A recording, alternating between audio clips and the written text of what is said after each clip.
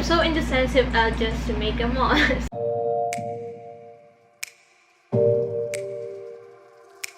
Hey, what's up internet? Welcome or welcome back to my channel. My name is Claire if you don't already know. And today, we're back again with another sewing video. I enjoyed it last time, so I'm here to make another one. And I am gonna be making the faux fur na fluffy bag that I keep seeing around Pinterest. Meron pa akong tirang fabric from the last project and sayang naman ko hindi ko gamitin. Let's just go right into the video. Like, share, and subscribe, and follow me on all my social media accounts at @YT.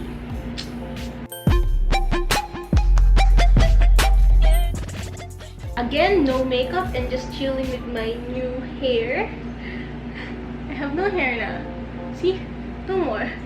So, sana naman hindi ako abutin ng more than 1 hour dito sa ating pagtatahe. Kasi maliit na bag lang. So, ito na lang meron akong fabric. Konti na lang. So, titinan ko pa kung gano'ng kalaki yung bag ko. Wala pa akong planong measurements. Kasi I'm making do with whatever fabric I have.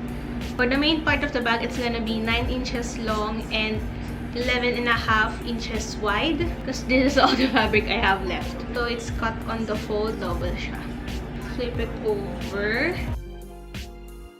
Have the right sides kissing. I-stitch natin dito sa sides. You will also need a liner fabric, yung fabric na ilalagay mo sa loob ng bag for the insides. Pero I don't have any more extra fabric, so I'm not gonna do that part. Pero I suggest you do if you're gonna try out this project for yourself. Siguro ladagdag ko lang yung next time. I'm giving it 3/8 of an inch of seam allowance. We'll just start.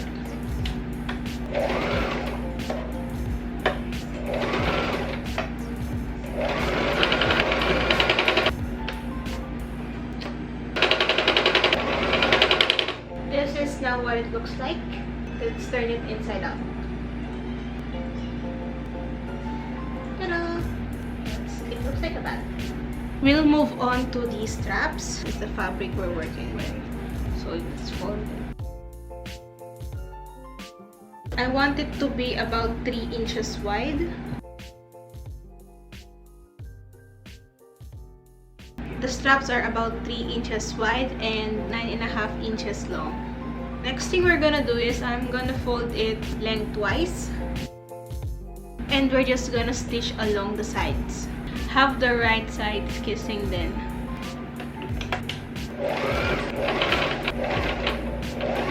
And then we'll switch direction para atahin natin siya dito sa side. Ayan. May opening pa on one end and dito natin ilusot kasi i-flip natin siya inside out at least a pencil.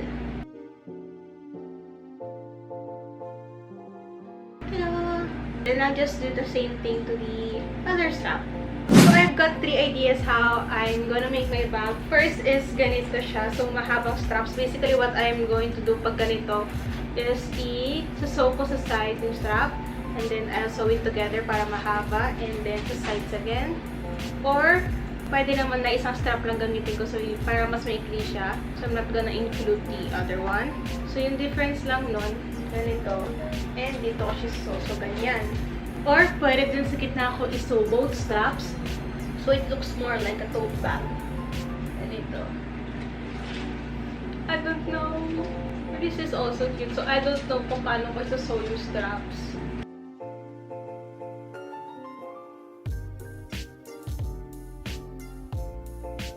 Both my sister chose yung 2 na short straps. So I guess that's what I'm doing. I'm just gonna put it 2.5 inches apart in the middle, yung dalawang ends ng strap. And then we'll sew this on sa loob.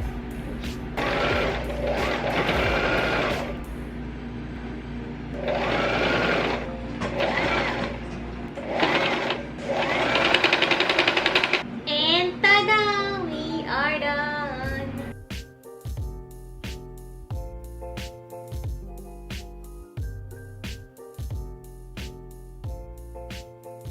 I'm so indecisive, I'll just make them all. So, may nakuha pa akong mga fabric.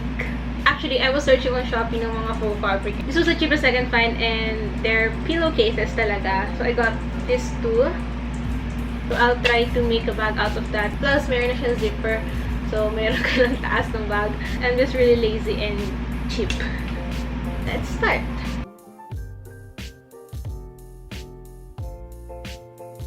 As you can see, the zipper is here. This is 16 inches and 16 inches. And I already figured out the size that I want for the bag. I want the length of the bag to be about 9 inches and the width to be 12 inches.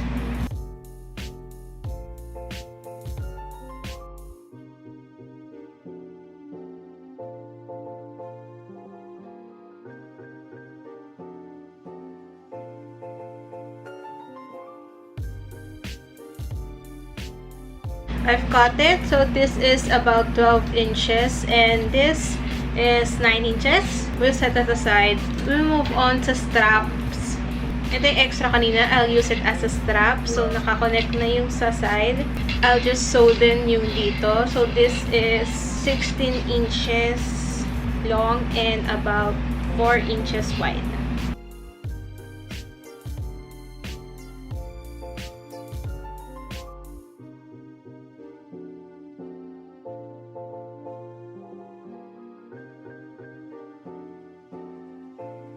The remaining fabric, I'll just take 12 by 3 inches and I'm gonna be using that part for the bottom of the bag. I'm gonna need 2 pieces that are about 1.5 inches wide.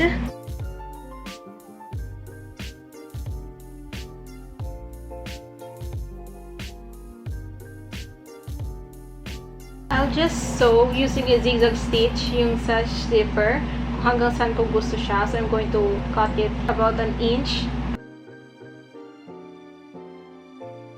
Now that it's stitched up, I can cut it na.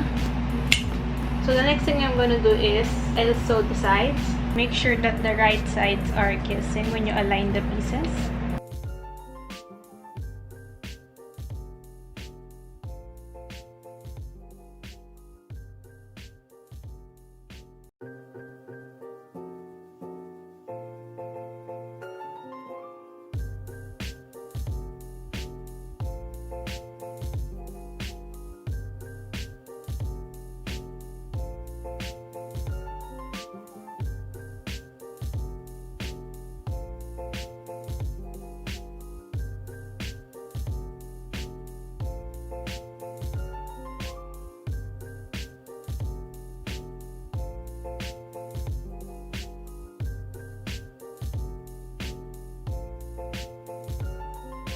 This is what it looks like now. I'm almost finished. Na-connect ko na yung bottom niya. And yung sides, camera dahil so di ko napakita. But it's basically done. Yay! I made a lot of mistakes and I made a lot of adjustments. So basically, I learned na I think it'd be better kung yung width nung bottom, nung side piece, and strap nung is the same. I'll show later kasi may isa pa tayong bag na gagawin. So I'll show later kung paano ko ginawa yung bag kasi medyo figure out ko pa to and I made a lot of adjustments. The execution of this is not perfect but I like it. So cute. So yung next na gagawin natin is kind of like this then except gagawin ko is longer strap. But yeah, I think it looks pretty cool. Diba?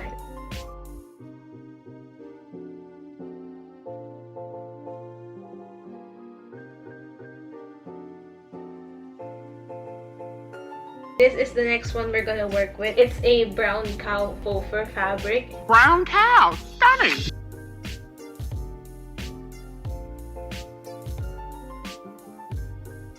I already cut out the 16 by 2 inches from the bottom of the pillowcase and we're left with this. The next thing I'm gonna do is use my seam ripper and rip the side seams.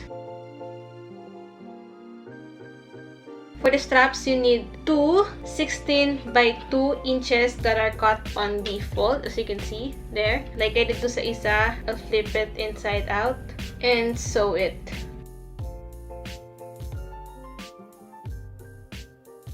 And we'll just flip this inside out. I've got the two straps already, and this bag I wanted to have a longer strap, so I'm going to connect the two. Always have the right side kissing, and then I'll just sew it together.